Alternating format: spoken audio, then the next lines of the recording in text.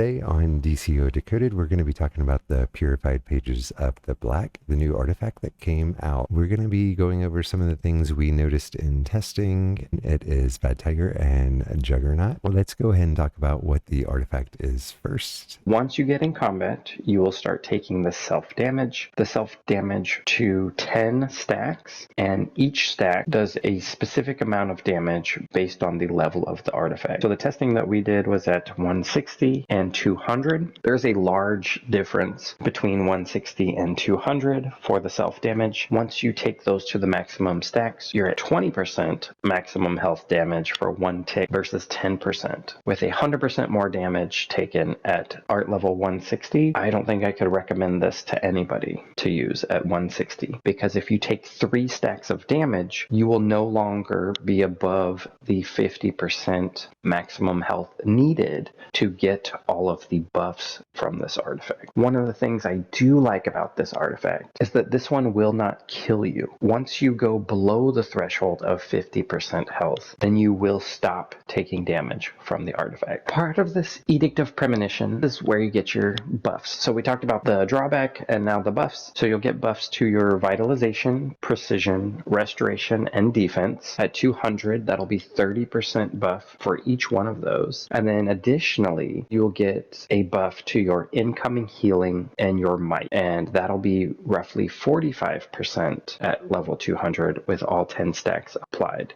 The incoming healing and the defense is why the devs thought this would potentially be used as a tank artifact, and why the DPSs are trying to utilize this strictly as a might artifact. And I'm not sure either of those are actually going to be a good scenario in the game. I would like to point out for DPSs, because as you run between the ads, you're going to lose your Edict of Premonition. So it's going to take 10 seconds for you to get that 45%. Yeah. I think you're exactly right, Tiger, because it's faster than 10 seconds to kill the ads. So if you end up out of combat, you will not have your full buff up by the time the next ad set dies. That feels like a little bit of a limiting factor to utilizing this artifact. Let's go ahead and talk about the Edict of Violence. That's where you're using your weapon buff, and the Edict of Retribution, which is using the shield ability to grant immunity. Yeah, so both of these grant the immunity and are intended to be used alternately to have full damage immunity. So I think there's 2 ways to look at this artifact. I would say one of the big drawbacks of this artifact is that to maximize your damage, you must have a healer. For example, you can run the new elite alerts without a healer. You're not going to have a healer in the duo, for example, or for the solo. And so to really maximize your damage, you aren't going to be able to have 100% immunity. Now, there is a way to run 100% immunity, but again, that is at the expense of your DPS. So we can start with the weapon buff, which is under the Edict of Violence. This will give you immunity duration of 5 seconds. It does buff your precision by quite a lot. They call it bonus precision buff because the weapon buff grants you 33%, and this will grant you an additional 35%.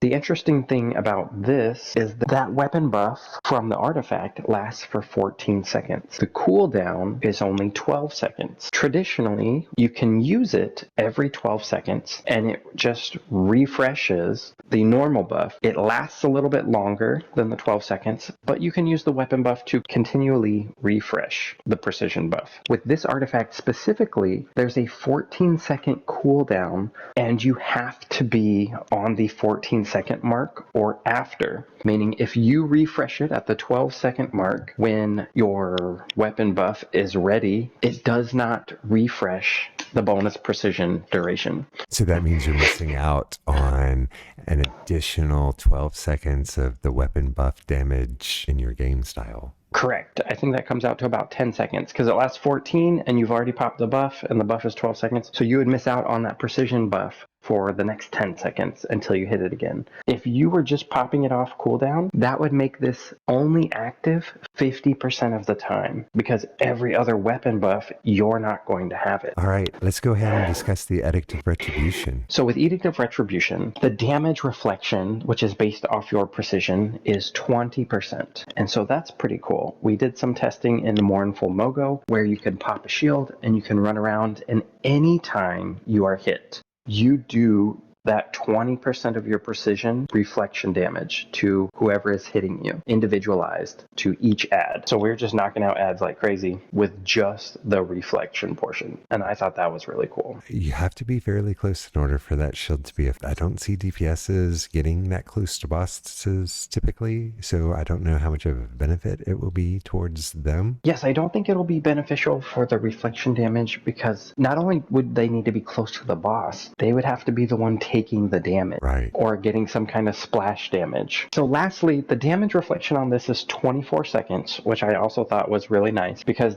most shields are only going to last 12 seconds, if I remember correctly. So I'm sure the comments can tell me if that's right. Lastly, this has a 15-second cooldown for it to activate the immunity portion. And what that means is I can't pop 2 shields back to back because it will not activate on the second shield. So if I'm taking heavy damage and I pop a shield and I need to pop a shield again 6, 7, 8 seconds later, that second shield is not going to activate the immunity bonus that you get. let's go ahead and discuss this artifact from the perspective of different roles. I'm going to give a DPS perspective. I do not see this artifact being particularly useful except for maybe when you hit the boss in a raid. You're going to need a healer because you're going to have to make choices of whether or not you can revive someone or whether or not you need to pop the immunity in order to do that. Secondly, I'm going to go ahead and address one of the big questions I got asked is whether or not I would run this as pure heals for the boost and resto. Well, I attempted that, and as soon as I got into combat, I had to self-heal. I was spending a lot of power. Sure, I was throwing out good heals, but that's just unsustainable. I will not be running that in my full heal loadout, but for battle healing, it's fun. While it's fun, it's not the most stable. I was trying to make this work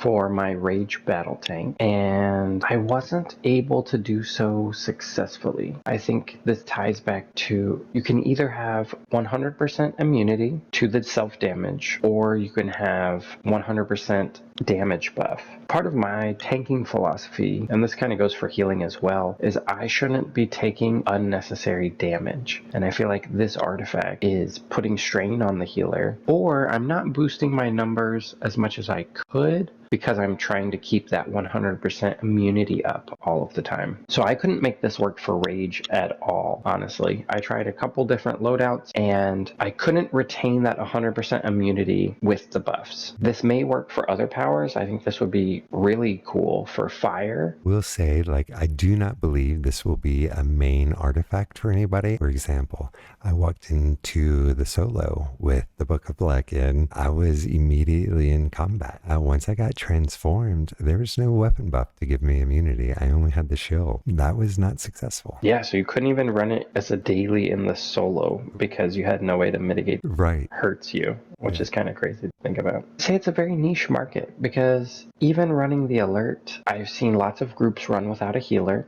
So your numbers are going to go down if you're trying to do that 100% immunity. And if your numbers are going to go down, then that kind of the entire purpose. I also don't think the reflection damage is as meaningful as it was intended to be, because as a DPS, you don't want to be taking the damage or getting hit by the ads. That just seems like a whole lot of extra work and stress. And I agree. that's our review. We look forward to any sort of comments you may have, questions. Wouldn't recommend. I wouldn't recommend this artifact. I only did it to 160, and I normally do my artifacts 200 for testing. But by the time I got to 160, I could tell this just wasn't going to be it. I will say battle healers, if you have the Clarion upgraded, there's some tweaks and some works that make it a little exciting. Yeah, I think it's a great battle healing artifact. Thanks, Jugs. Yeah, thanks, Tiger.